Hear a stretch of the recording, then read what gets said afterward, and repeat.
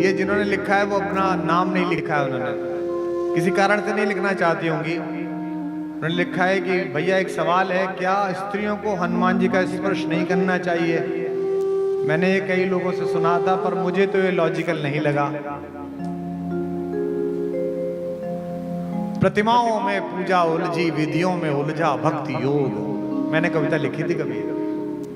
प्रतिमाओं में पूजा उलझी, विधियों में उलझा भक्ति योग। सच्चे मन से षड्यंत्र किए, झूठे मन से सच के प्रयोग।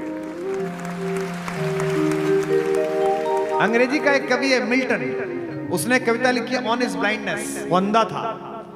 उसने लिखा है कि हे ईश्वर, तुम्हारे आदेश पर लाखों लोग इस समुद्र के सीने पर महीनों महीनों चलते हैं। हे ईश्वर, तुम्हारे आदेश पर लोग बाग रेगिस्तान पैदल पार करते हैं। वे सब तुम्हारे आदेश पर काम कर रहे हैं। मिल्टन ने लिखा है, they also serve who only stand and wait. जो खड़े होकर केवल प्रतीक्षा कर रहे हैं कि भगवान आदेश देना मैं तैयार हूं, वो भी भगवान का काम कर रहे हैं। अगर स्त्री भगवान को नहीं छू सकती तो फिर तो भगवान को कोई नहीं छू सकता। अंजनी के पुत्र से अंजनी नहीं मिल सकती, सीता के पुत्र से सीता नहीं मिल सकती, उर्मिला के प्रिय से उर्मिला नहीं मिल सकती। ये कैसे संभव? हनुमान से, क्योंकि इस बच्ची ने अपनी आयु भी लिखी है, छोटी सी बच्ची है, 19 वर्ष की बच्ची के मन में यह प्रश्न आपने भर दिया। मैं धर्माचार्यों से अनुरोध करूंगा, कृपा पूर्वक आप सब इस उद्घोषणा में साथ आएं। आप अपना मत दें, आधिकारिकता दें। हम तो सनातन धर्म के लोग हैं, हम निरंतर परिष्कार के लिए ही जाने जाते हैं। हमने अपने धर्म की समकालीन व्याख्याओं के कारण ही धर्म को मजबूत किया है। हमने अपनी नई व्याख्याएं गढ़ी हैं, और ये जो हमारा नवोन्मेष है, यह जो हमारी अपनी स्थापनाओं की पुनर्प्रतिष्ठा है, यही हमारा चिरंजीवी और संजीवनी सत्व है, जिसके कारण हम विश्व में आज तक जीवित हैं। हम किसी पोखर में सड़ने वाला वो जल नहीं है जिसमें नए ताजा कमल गंदगी के कारण कुम्हला जाएं। हम गंगोत्री से निकलने वाला वो पवित्र जल हैं जिसकी धारा में चिंतना लगातार बहती है, हजारों वर्षों से बहती है। हनुमान जी को देवता समझकर, भगवान समझकर संकोच में मत आओ बेटा। हनुमान तो प्रतीक है दिव्यता के, हनुमान तो प्रतीक है भगवत्ता के।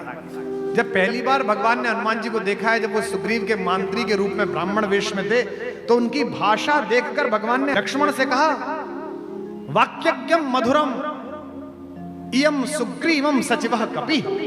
यह सुग्रीव का सचिव मधुर है लेकिन वाक्यज्ञ है, यह व्याकरण जानता है, इसने वेदों का निश्चित रूप से अध्ययन किया है। हे सौमित्र, इसकी भाषा इतनी अच्छी है। इसलिए हनुमान इस देश में नवजागरण की और भगवत्ता के संकल्पों को पूर्ण करने की परिभाषा का नाम है। हनुमान जी को तो मेरे भगवान की तरह किसी बड़े मंदिर वितान या विधि पूजन की आवश्यकता नहीं। गांव के किसी भी पीपल के नीचे सिंदूर लपेटकर एक औघड़ प्रतिमा को रख दिया जाए तो पूरा गांव उसी के किनारे मंगल मना लेता है कि यहां हनुमान जी बैठे हैं। शमशान के पास से लौटते समय ध्वनियां आने लगे और आपके मन में थोड़ी सी भी चिंता जागे तो 1 सेकंड के 100वें हिस्से में आप चालीसा प्रारंभ करते हैं, एकदम निर्विघ्न हो जाते हैं। ये जिस बच्ची ने पूछा, इसकी 19 वर्ष की आयु है। मैं अपनी बेटी से भी, इस बेटी से भी कहता हूं, निर्विघ्न होकर भगवान की पूजा करो, निर्विघ्न होकर भगवान का स्पर्श करो, निर्विघ्न होकर उनको पूजन अर्पित करो। हो सकता है कुछ परंपराएं आपसे मना करें, लेकिन मैं तो इस धर्म में हूं जहां प्रत्येक प्रकार की परंपरा को जीवित रहने का स्थान मिला है। हमारी सारी मनीषा त्याग पर निर्भर है, लेकिन मेरे यहां एक ऐसा ऋषि हुआ जिसने कहा त्याग करना ही नहीं चाहिए। उस ऋषि के वंशज आज भी भारत में है। ये जो पैसे लेके लंदन भागे, ये उसी ऋषि के वंशज है। उसका नाम था चारवाक, उसे भी ब्रह्म ऋषि का, महर्षि चारवाक। उसने कहा जब तक जियो मौज से जियो, उधार लो और घी पियो, और अगर उधार का घी तुमने पचा लिया तो फिर किसकी माँ ने दूध पिलाया जो तुमसे वापस ले ले। यावत जीवेत सुखम जीवेत ऋणम कृत्वा घृतम पीवेत। इसको भी महर्षि का। लोगों ने कहा तू ये नहीं कहा कि अरे तो नालायक, इसको बाहर निकाल दो। नहीं, उनकी अवधारणा, उनका दर्शन है। आप मानो मत मानो, मैं अपनी व्याख्या कह रहा हूं, हो सकता है आप ना मानो, किसी और की मानो, मैं भी उनकी मानने लगूंगा अगर होगा। यही तो भारत है। इसलिए हनुमान जी को जगाने के लिए जामवंतों की आवश्यकता है। हे पवन तनय अंजनी लाल अपनी तंद्रा को त्यागो तुम। जितने युवा बैठे हैं मैं इन्हें आमंत्रित करता हूं इस देश के निर्माण के लिए। जब 100 वर्ष भारत के स्वाधीनता के हों, तब आज जो भी काम कर रहे हो, व्यापार कर रहे हो, इंजीनियरिंग कर रहे हो, डॉक्टरी कर रहे हो, घर में काम कर रहे हो, घर को संभालने वाली महिलाएं हैं, होम मेकर्स हैं, ये संकल्प लें कि 100 वर्ष जब भारत पूर्व हो, तो जो भारत 1000 वर्ष पहले अपने स्वर्ण सिंहासन से च्युत हुआ था षड्यंत्रों की वजह से, वो आध्यात्म से लेकर व्यापार तक और शक्ति से लेकर प्यार तक विश्व गुरु बन सके। ये हनुमान की चेतना आप अपने अंदर जाकर। हे पवन तनय अंजनी लाल अपनी तंद्रा को त्यागो तुम, संपूर्ण शक्ति के साथ साथ हे राम दुलारे जागो तुम। हे कामरूप शंकर स्वरूप बजरंगी नाम तुम्हारा है, अपने जीवन को याद करो यह जंगी काम तुम्हारा है। शैलों को तुमने तोड़ा है, सूरज को तुमने ग्रास किया, शैलों को तुमने तोड़ा है। जिस बल से ऐसे काम किए वह बल कब रख कर छोड़ा है। रणधीर उठो बलबीर उठो, अब लाज तुम्हारे हाथों में। एक कृपा धाम के कृपा पात्र यह काज तुम्हारे हाथ में। आपके हाथ में जिस बिटिया ने नाम नहीं लिखा है, हनुमान का प्रतीक शास्त्र समझो। हनुमान चालीसा पे एक बार विवाद हो गया तो हमको पूछा कि राम की कथा में हनुमान का क्या योगदान है। तो मैंने कहा कि भगवान सूर्यवंशी है, सूर्य का प्रतीक है। मेरी माँ पृथ्वी से निकली है, मही की महिमा है। जनक दुलारी पृथ्वी से आई है, वो कृषि संपदा है। यह ऋषि संपदा और कृषि संपदा का मेल है, यह सूर्य और पृथ्वी का मेल है। लेकिन यह ऋषि संपदा भी बेकार है, कृषि संपदा भी बेकार है, अगर पृथ्वी और सूर्य के बीच वायु ना हो, उसका बेटा ना हो। हनुमान की यात्रा प्रतीक की यात्रा है। हनुमान ज्ञान का प्रतीक है, भक्ति तक पहुंचे हैं, शांति के लिए पहुंचे हैं, सीता जी को लेने के लिए, उनकी जानकारी लेने के लिए पहुंचे हैं। इस पूरी यात्रा को आज त्रिवेणी के तट पर बैठकर मेरे साथ संपन्न कीजिए। और जो इंजीनियरिंग के बच्चे हैं वो इसका प्रतीक शास्त्र समझें। अब जब हनुमान चालीसा पढ़ो तो इसे याद रखना है, इस व्याख्या को। सबसे पहले क्या है, ता चढ़ी भूधर ऊपर, किसके ऊपर चढ़े? एक पर्वत के ऊपर चढ़े। इसका मतलब ज्ञान जब शांति की खोज में चले तो सबसे पहले जमीन के आकर्षण से हट जाए, स्वयं की चेतना को ऊपर उठाए। देखो ये दो अलग अलग चीज है, एक ज्ञान है, एक आनंद है। धैर्य आनंद ने प्रश्न पूछा था, अब दूसरी बच्ची के सवाल में भी बात ही पहुंच गई है धैर्य आनंद के प्रश्न की। मैं बचपन में जब हम छठी क्लास में पढ़ने के लिए गए तो मेरे पिताजी ने, जो संगीत की शिक्षिका थी वो मेरे पिताजी की शिष्या थी, पिताजी प्रोफेसर साहब थे। उन्होंने हमें जमा कराते समय कहा कि बेटा ये गाता बहुत अच्छा है, इसे प्रार्थना सभा में काम में लेना। तो दीदी लोग खड़ी हो गई 11वीं 12वीं की, वो प्रार्थना चली, हे प्रभु आनंद दाता। आगे क्या है, सबने करिए तुमने, हे प्रभु आनंद दाता ज्ञान हमको दीजिए। एक दिन 2 दिन तो मैंने प्रार्थना गाई, तीसरे दिन में चुप हो गया। अच्छा माइक मेरे मुंह पे लगा हुआ था नीचे होने की वजह से, तो मैडम मोतनारा जी वो मेरे पिताजी से मिली 4-5 दिन बाद। हम जहाँ के हैं पिलकवे के, वहां की सब्जी मंडी में। गुरुजी प्रणाम। गुरुजी हाँ बेटिया ठीक हो? जी गुरुजी। बेटा वो बदमाश ठीक है? जी गुरुजी। पढ़ता अच्छा है? प्रार्थना नहीं गाता। क्यों नहीं गाता? गुरुजी मैंने पूछी थी, कह रहा था प्रार्थना गलत है। भारतीय पिताओं की आदत होती है कि वो बच्चों के कुकर्मों की ताने माँ को देते हैं, जैसे वो मायके से लाई हो। जब भी बच्चा कुछ बदतमीजी करते हैं, घरवाली से कहते हैं देख रही हो अपने लड़के को? अरे तुम्हारा भी है भाई, उसका लड़का थोड़ी है। तो मेरे पिताजी ने आते ही मेरी माँ को आवाज दी, सुनती हो आज गाजर का हलवा बनाओ। मेरी माँ ने पूछा क्यों? अरे बोले तुम्हें सूचना ही नहीं मिली, तुम्हारे घर में तुलसीदास जी पैदा हुए हैं। महा कभी पैदा हुआ है भाई? मेरी माता समझ गई कि कुछ गड़बड़ हो गई। उन्होंने पूछा क्या हो गया? बोले पूछिए इनसे, बुलाइए यहाँ आइए, खड़े हो जाइए। हम खड़े हो गए अपराधी की तरह। क्यों नहीं गाते हो प्रार्थना?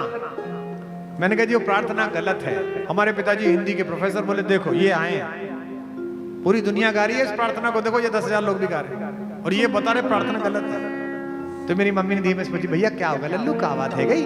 काय गलत है गई? हमारी माँ ब्रज के क्षेत्र की है। तो मैंने कहा अम्मा प्रार्थना गलत है। बोले क्यों? मैंने कहा वो प्रार्थना में शुरू में ही कह रहे हैं भगवान जी कि मैं आनंद देने वाला हूं और अपन ज्ञान मांग रहे हैं उनसे। अब त्रिवेणी घाट पर बैठे हुए लोगों, हीरे की दुकान पे हींग खरीदने कौन जाता है? हीरे की दुकान पर अगर आप हींग मांगो तो वो आपको मूर्ख समझेगा, और परचून की दुकान पर हीरा पूछो तो वो मूर्ख समझेगा। जीवन में अगर आनंद आ जाए तो ज्ञान की क्या आवश्यकता है? उसी की तो खोज है सारी। आनंद की खोज है। भगवान का नाम भी सच्चिदानंद है। सबकी इच्छा है, आपकी भी इच्छा है, मेरी भी इच्छा है, जो संत बैठे हैं इनकी भी इच्छा है, ये जितने त्यागी तपस्वी ऋषिकेश में घूमते हैं इनकी सबकी इच्छा है। पर इनकी और जगत की इच्छा में अंतर है। जगत अपने कल्याण की इच्छा करता है, ये जगत के कल्याण की इच्छा करते हैं, ये मोक्ष की इच्छा करते हैं। सांसों की सीमा निश्चित है, इच्छाओं का अंत नहीं है। जिसकी कोई इच्छा ना हो ऐसा कोई संत नहीं, सब संतों की इच्छा है। हनुमान चले शांति की खोज में, ज्ञान चला है शांति की खोज में, तो पृथ्वी के आकर्षण से ऊपर उठकर अज्ञात में छलांग लगा रहा है। अब यात्रा आगे बढ़ाइए धीमे धीमे मेरे साथ। आगे क्या आया? मैनाक पर्वत। मैनाक पे क्या है? सोना है, चांदी है, संसाधन है। जितने बच्चे यहां बैठे हो, युवा बैठे हो, ध्यान रखना, संसाधन जब रास्ते में मिले ना तो उन्हें प्रणाम करके आगे निकल जाना, तभी शांति तक पहुंच पाओगे, तभी सीता तक पहुंच पाओगे। इसलिए मैनाक को प्रणाम किया और आगे निकल गए। संसाधन कोई बुरी चीज नहीं है। ये महंगी घड़ी पहनना बुरी चीज नहीं है, गाड़ी में चलना बुरी चीज नहीं है, पर साधन तुम्हारा उपयोग कर रहा है, तुम साधन का उपयोग कर रहे हो, यह महत्वपूर्ण है। इसलिए अगली चीज मिली सुरसा। सुरसा क्या है? सुरसा है यश की सुरसा। सुरसा की क्वालिटी क्या है? जितना आप बढ़ो उतनी ज्यादा बढ़ जाती है। यश की सुरसा बड़ी खराब है। मंत्री जी चले गए, मैं कहता ये बाकी विधायक लोग बैठे, बड़े बड़े विद्वानों को, बड़े बड़े साहित्यकारों को, बड़े बड़े ज्ञानियों को मैंने जेब में अपना बायोडाटा लेकर इनके दरवाजे पर चक्कर लगाते हुए देखा है। इतने बड़े ज्ञानी हैं, पद्मश्री दिला दो, पद्म भूषण दिला दो, वाइस चांसलर बनवा दो। अरे हद होगी भाई। यश की सुरसा, जितना आप अपना लोभ बढ़ाओगे उतना लोभ बढ़ता चला जाएगा। अच्छा क्या कर लेगा पद्मश्री का? एक दिन की खबर है, पद्मश्री मिली, इसके बाद क्या करेगा? रोज त्रिफला रख के, शहद रख के चाटेगा, इस पे क्या करेगा? इतनों को नहीं मिली, उसके बाद भी वो बड़ा काम कर गए। साधु संतों को नहीं मिली, इससे क्या फर्क पड़ गया? मैं अक्सर देखता हूं संतत्व में जुड़े हुए लोगों की कामना। दुष्यंत ने प्रवेश किया महर्षि कण्व के आश्रम में कोट द्वार में, तो सबसे पहले अपना मुकुट उतार दिया, अपना धनुष रख दिया, अपना रथ रख दिया, चप्पल उतारी, फिर चढ़ा। उसके दोस्त मांडव्य शर्मा ने पूछा कि राजन ये क्या कर रहे हो?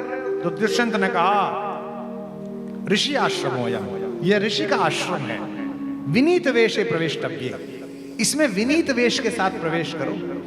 तो यह जो यश की सुरसा है कि मुझे मिले, हनुमान जी ने इसका इलाज निकाला है। हनुमान जी का इलाज पसंद आ जाए तो जीवन में उतारना, मैंने उतार रखा है।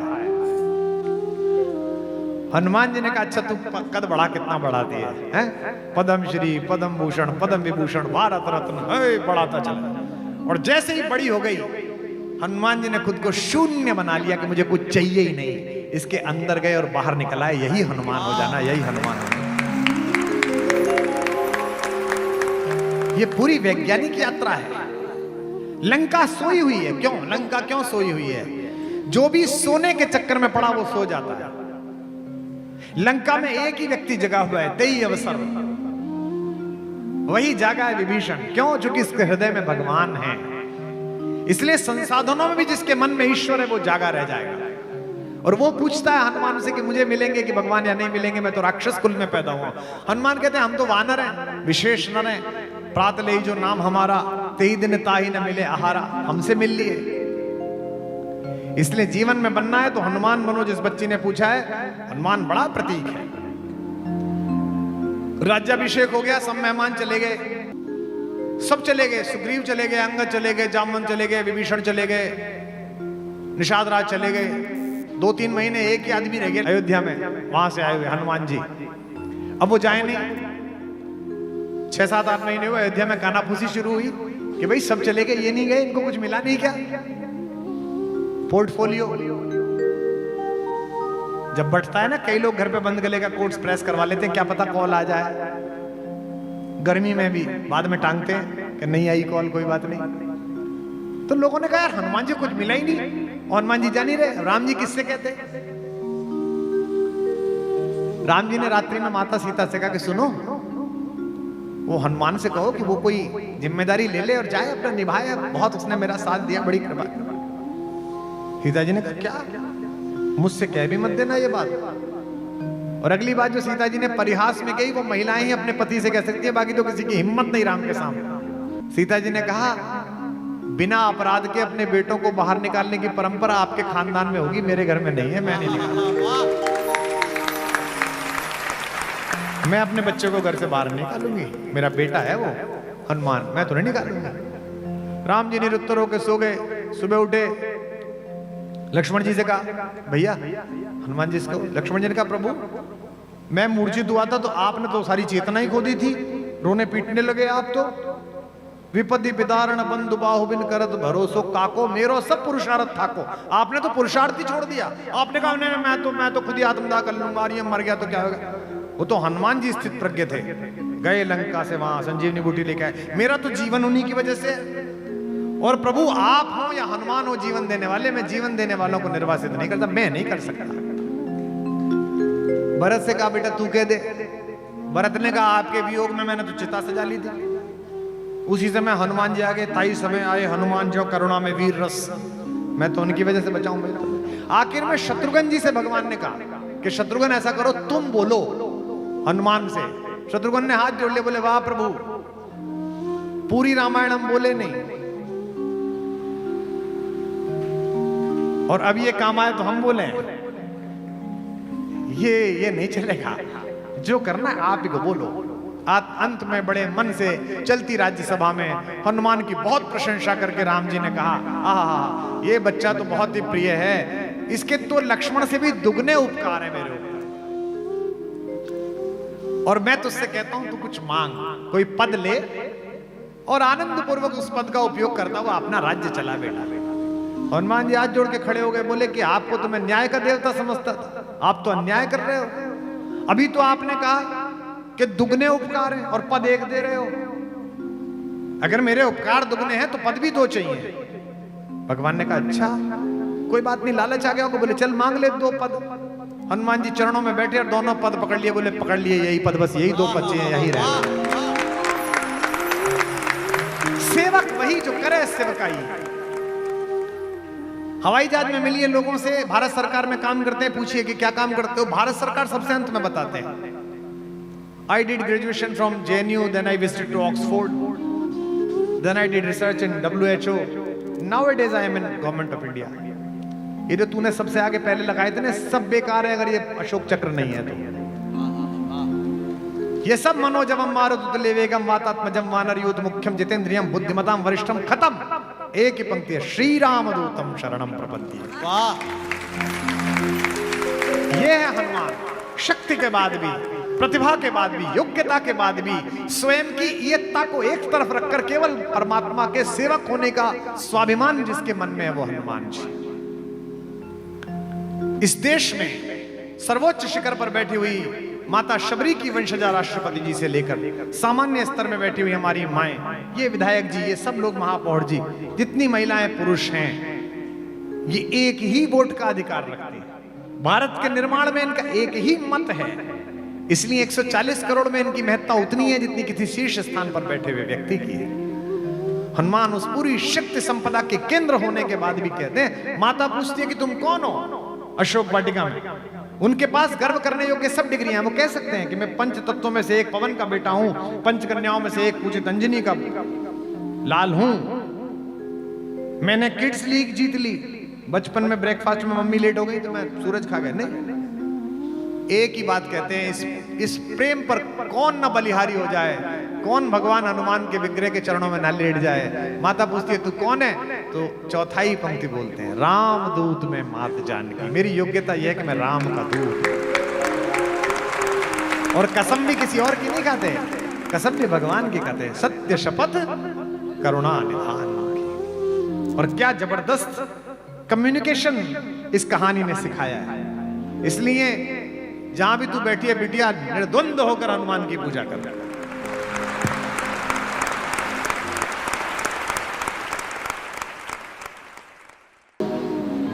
मनुष्य की आदत है कि मेरे पास जो है वो जिसकी कृपा से मिला है मैं उसे भूल जाता हूं, और जो मुझे अपेक्षित है, जो वांछित है, उसके लिए मैं प्रतिपल परेशान रहता हूं।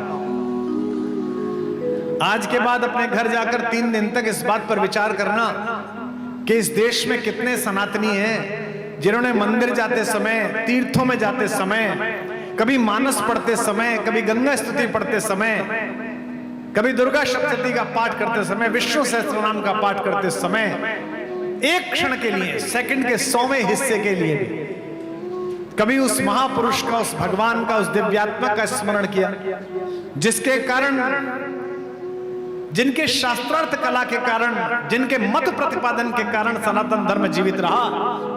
मैं 3 दिन के इस प्रस्ताव को, 3 दिन के इस संवाद के प्रारंभ में सबसे पहले दक्षिण से चले हुए उस ऋषि की प्रार्थना को प्रणाम करता हूं, जिसे मैं और आप आद्य शंकराचार्य के नाम से जानते हैं। इतनी बड़ी विभूति